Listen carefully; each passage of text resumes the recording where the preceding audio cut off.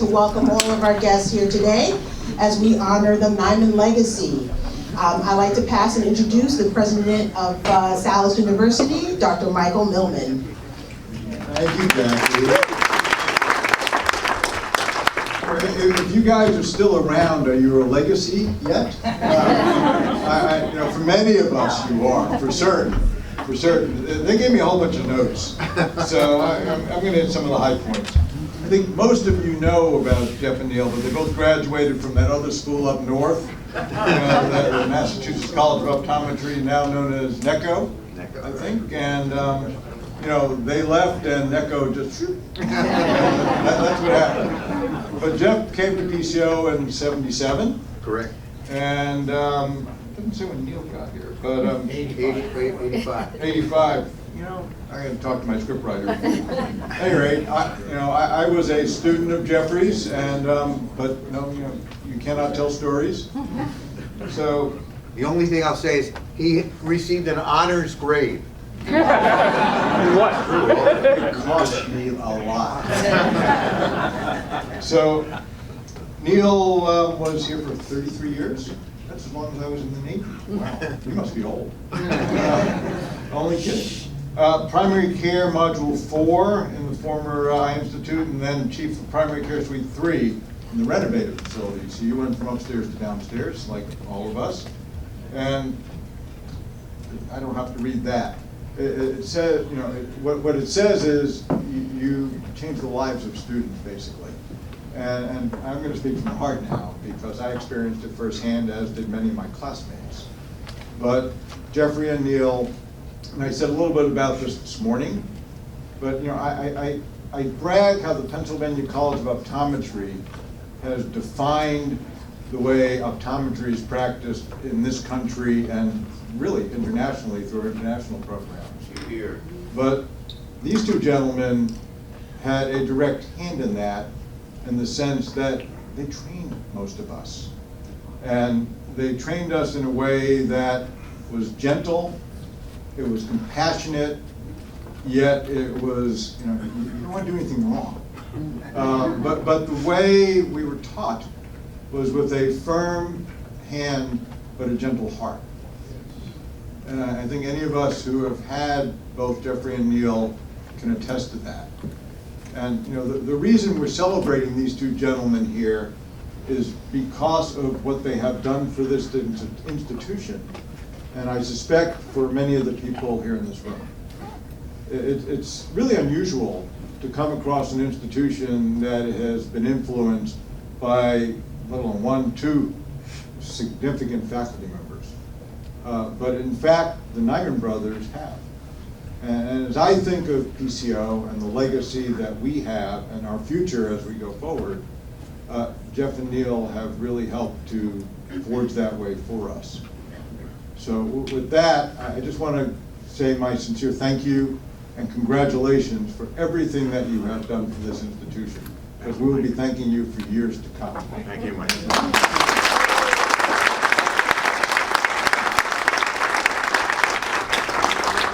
So much for notes. Thank You never pays attention to those. I'd like to bring up Dean Melissa Trago, Dr. Melissa Trago, to the podium, please. Oh, great. Thanks, Jackie. Good afternoon, everyone. My name is Melissa Trago. I am the proud 2004 PCO grad, and I have the luxury of serving as the Dean of PCO.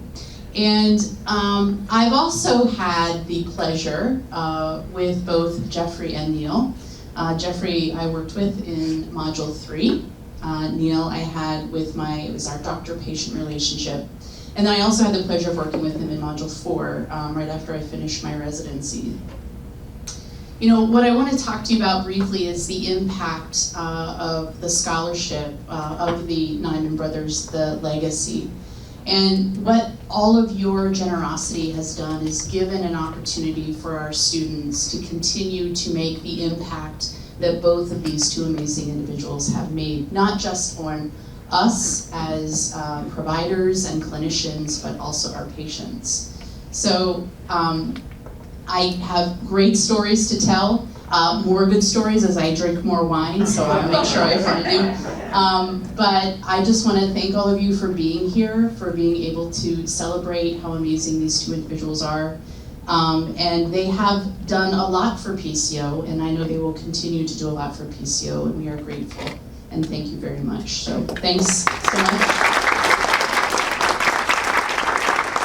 Dr. Roger Cummings, class of 76, but I won't say I was also one. My name is Roger Cummings. For those of you who don't know me, I graduated here in 1976, and I taught immediately afterwards. I think I was the last clinician hired without attending a residency, and that is because I'm so old that they didn't have a residency. It's pretty easy to do.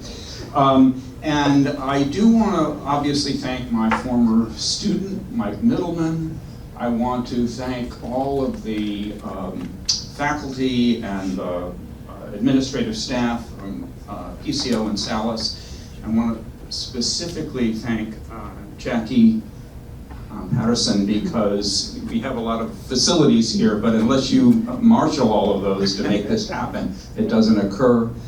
And the last person I'd like to thank is, even with the four of us doing this, it was really Sue O, and I hope you can give her a laugh.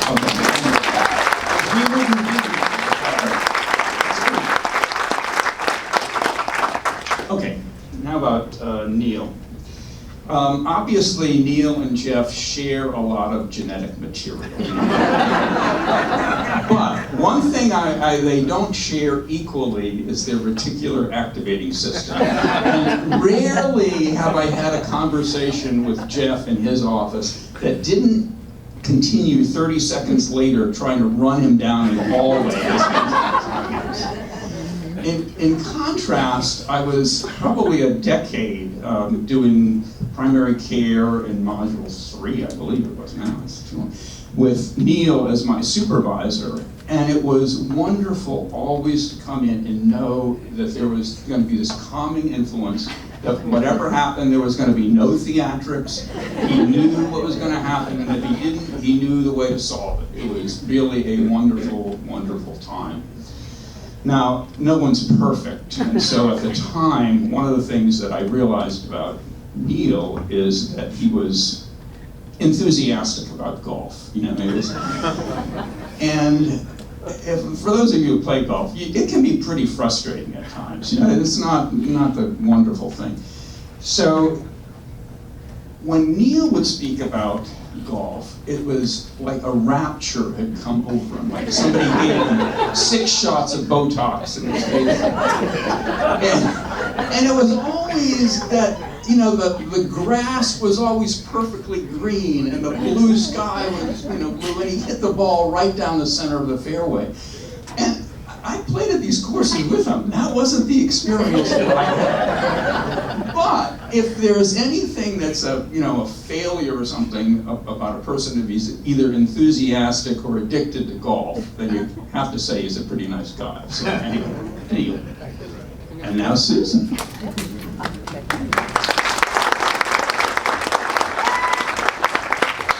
Maybe I'll just use this handheld instead of the lavalier. I'm going to take just a minute to talk about Jeffrey specifically, and then I have the privilege of telling the Nyman story, according to Suo. The Nyman story will have a little truth to it, a little bit of fun, but a lot of love. But before I get to that, I want to say that I was Jeffrey's first resident when he came here in 1977 from that other institution in the north. I was a newly minted graduate with little to no clinical experience, and what I was gifted with by being paired up with Jeffrey, and I think, I'm not 100% sure, this Charlie Mullen was the executive director of the Eye Institute at the time, and Tom Lewis was the dean, I think, and they wanted to make sure that Jeffrey did not go running and screaming from the place, and so they chose me. I think because I'm a bit of a cheerleader, and maybe I could keep him reasonably well grounded. But it was a gift to me from the very first. When I saw Jeffrey interact with patients who were almost all persons of color and of lower socioeconomic means, I saw him interacting with them with dignity, with compassion, and to a young practitioner, it was a wonderful mentorship.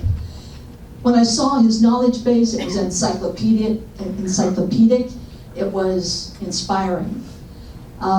There was everything about him that I wanted to emulate, and frankly, everyone in the clinical setting wanted to emulate him. Shortly after I worked with him, I gave him a nickname, and I continue to find this nickname to be true. He was the franchise for our clinical program. He was the franchise. He was the Michael Jordan. He was the Michael Jordan of PCO. Dr. J, exactly right. Jeffrey, to you, your professional personal relationship with you has been one of the great gifts of my personal and professional life. You were so influential in my 40-year career at PCO. I will always be grateful. I love you to death. I am so happy to be here celebrating this with you. I am happy to be a part of it. Congratulations to you and that other half of that other 50% of the DNA material. And with that, I would like to tell the Nyman story according to Sue O. And by the way, for the grandchildren, it's perfectly clean. This is a clean presentation. All right. So, the Nyman story, according to Sue O. All right, we've got to figure out which way to go first. This is the Nyman story. I've divided this story into chapters, so follow. I should also say to you that Simon & Schuster is looking at this. Spielberg has called it. This is some story, guys. Chapter 1, the Brooklyn years. Yes. 1947 was an interesting year. Al Capone was public enemy #1. The Saab company made its first automobile in 1947. Jeffrey loved Saabs. When he came here, he had a Saab. Jackie Robinson, first year in the bigs with the Brooklyn Dodgers. But February 11th, 1947 was a pretty big year, pretty big time as well. These guys were born in Brooklyn at the Jewish Hospital of Brooklyn, which sadly is no longer in existence. Right now it's an apartments and I think a deli. I'm not sure about the deli part. But in my extensive research in putting this story together, I was able to manage to get into the archives of the hospital and find some interesting information about it. The very first picture, by the way, of you guys together. Not many people have seen this picture. You know, one of the things about the twins that we all said over and over is, I can't tell them apart, which one's Jeffrey, which one's Neil? Well, come on. You can tell who's who there. That's clearly Neil, twin me. Now, one of the things that you might not know is that Neil is 20 minutes older than Jeffrey. And as I thought about that, I realized that was the first documented time when Jeffrey was late to really... Not the last, that's for sure. So here we are, a couple months later, and again, you are hard-pressed to tell these guys apart, I suspect. But there's always something in the picture. There's always something that if you look close enough. That's pretty good, right? That's pretty good. Classic Suo. Chapter 2, off to Albany. So in 1951, the family moves to Albany from Brooklyn. Now, the Nyman family was not a family of wealth, and so the first, when they moved into Tampa Avenue, they said it was a fixer-upper, and they were right. But now the course, Jeffrey had a room, Neil had a room. But when they had the opportunity to rehab the place, here is that 177 10th Avenue that they grew up in. This was the place where their formative years, where they lived during their formative years, grade school, high school, etc. So here we have the young men looking very handsome. I suspect their parents had trouble telling them apart because they had to put these lovely sweater vests on. Jeffrey here with the J, but there's something else in that picture. Jeffrey always was a coffee drinker. Check out the coffee stain. There's a lot of clues in here. There we are. So the coffee stain is a giveaway, but there's something else in this picture. I want you to notice, so we know this is Jeffrey, right? But I want you to notice right here on the lapel, A lot of people don't know this. Neil was the youngest member of the Albany chapter of the ACLU. Really, and that says that there it is, right there. So they went to Albany Senior High School, and they were very, very good students. They were very, very active, popular guys. Here is one of the things that both boys were members of the yearbook staff, the Garnet and Gray.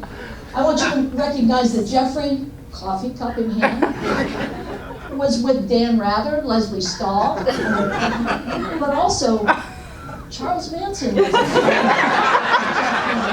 at the high school. Little known fact, right after this picture, he did go to the West Coast.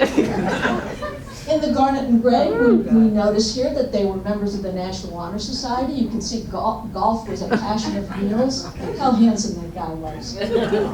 Jeffrey, also National Honor Society. This threw me, Jeffrey, this whole basketball. That threw me for a while. They forgot to put the word fan.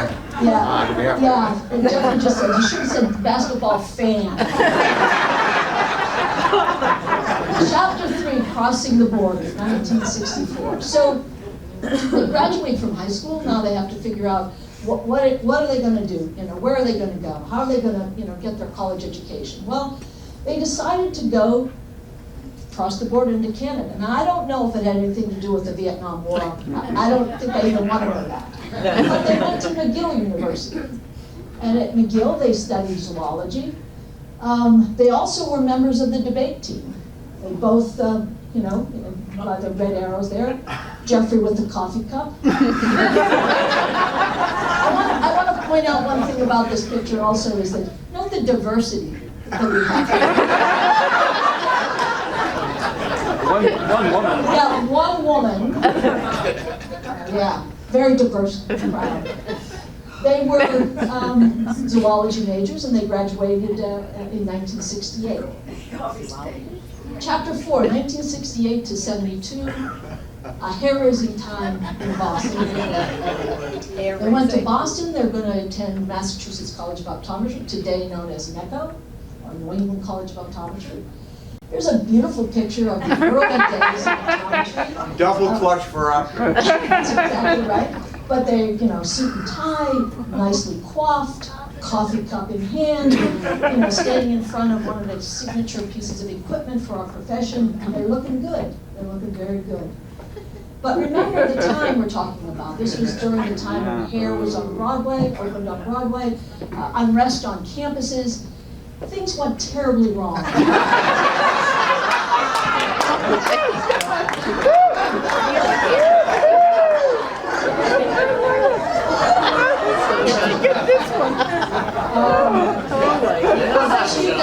I bet you guys would kill to have hair like that.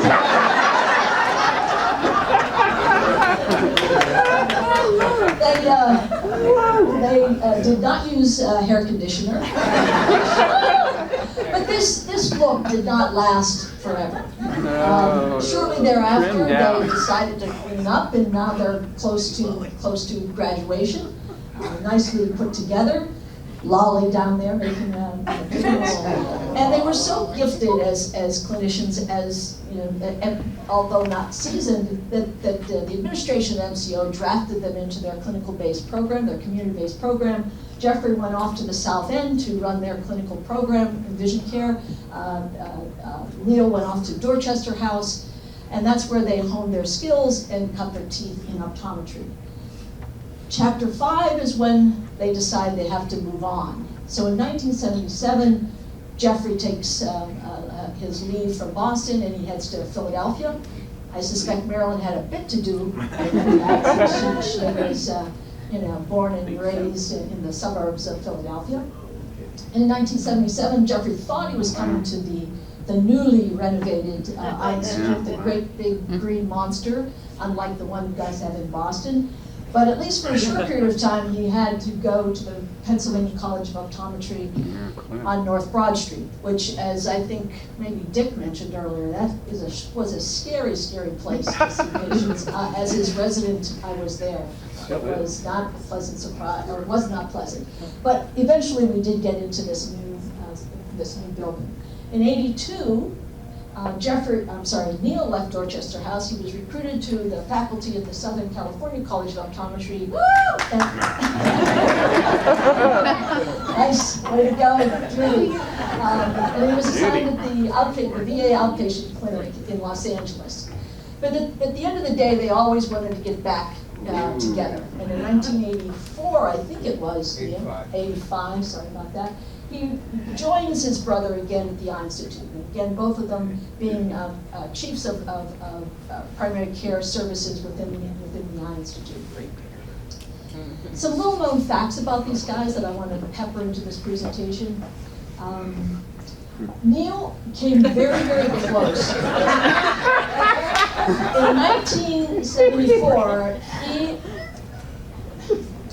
he tried to get the lead role in Viva Las Vegas from Elvis, failed. Another thing he tried was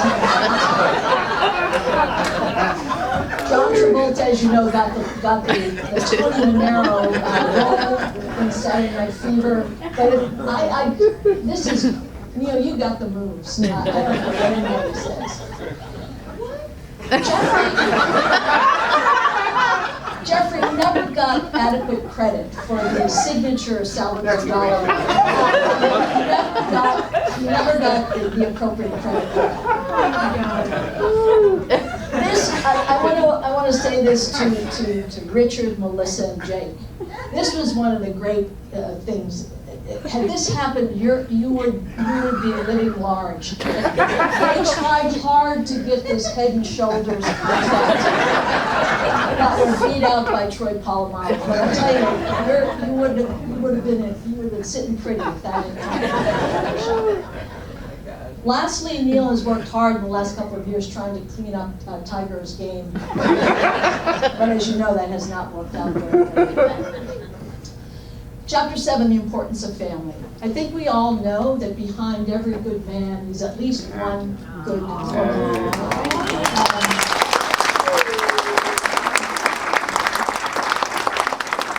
Jeffrey met, what's your name again? Marilyn in 1972. They were married in 1974. Neil met Edie in 1979, married in 1984. Five.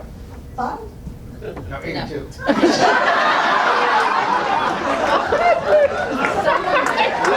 Good work, Neil. Sorry about that, guy. Good one. And then, of course, they had to expand their families. And, of course, I think it was Richard that came along in 78. Yes. Melissa followed shortly thereafter.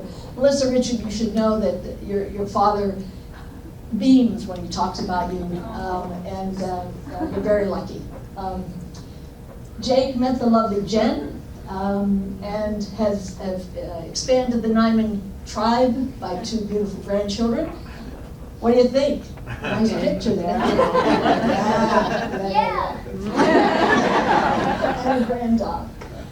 So the Nyman Legacy, let me end with just a couple of thoughts.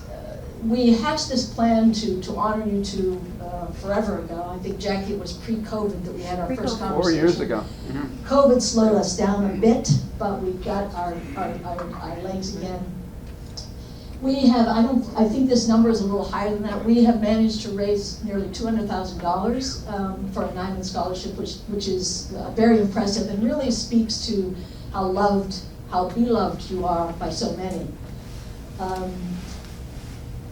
We unveiled a plaque earlier today that in the Eye Institute that characterizes a few of the things that you have, how you have transformed our program and what you've meant, and that those items were for transforming the lives of students, residents, and patients, for communicating the goals and values of quality patient care, for generously sharing your knowledge and skills, for creating an inclusive learning environment, and for teaching the importance of lifelong learning, and for advancing the profession of optometry.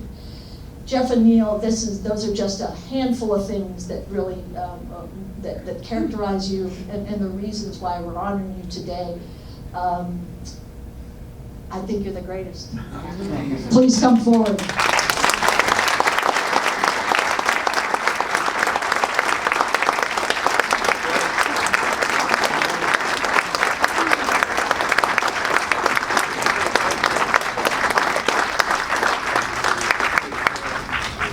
Okay, while I was looking at some remarks I might make, the first thing I noticed was keep it short, and I will.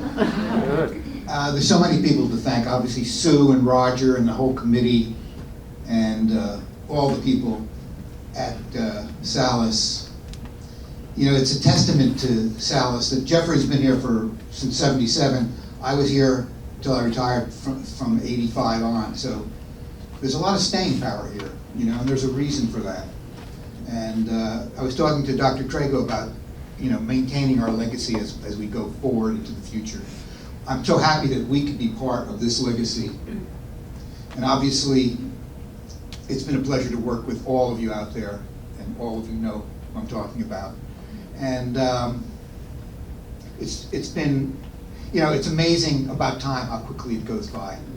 The older you get, the more you realize that's true. But I'm very happy to be standing here, proud to be here with this guy. Thank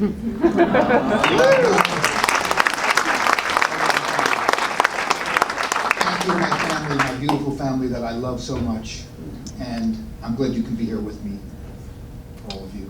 And I'll hand this over to my brother. Thank you. Thank you, too, bro. I know that. I didn't get the keep it short message. No, I did. Yeah, you did. You get the hook then.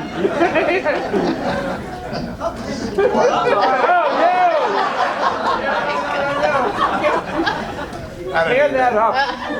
I first want to thank everybody in this room for contributing to the Nyman Legacy Scholarship.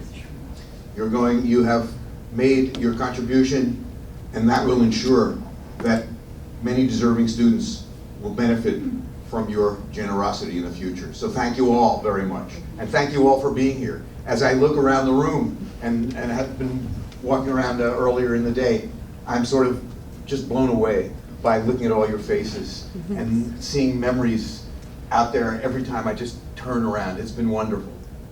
I want to thank Dr. Middleman for his sponsorship and for his leadership and for his allowing this to occur today. I want to thank Jackie Patterson, Dr. Melissa Vitek, and both of their staffs for putting this together and making this such a memorable event in the program today. I want to thank the committee. I want to thank Sue, of course, my first resident, as she mentioned. Roger, Brian, and Carlo. What a program they put on today. I was so proud just sitting there, and it occurred to me that this really is not about what Neil and I have done. It's about what you all have done, and I include my family and friends who are out here today, and I thank them for being here as well as my colleagues and students. But this is really about the importance of education and passing the torch down. And as I think of Salus as it is right now, I don't want to really read a list of names, but I must mention some people. For those people that I'm not mentioning, you are in my hearts, and I love seeing your faces, not only out here, but in many cases every day when I'm still coming to work here at Salus.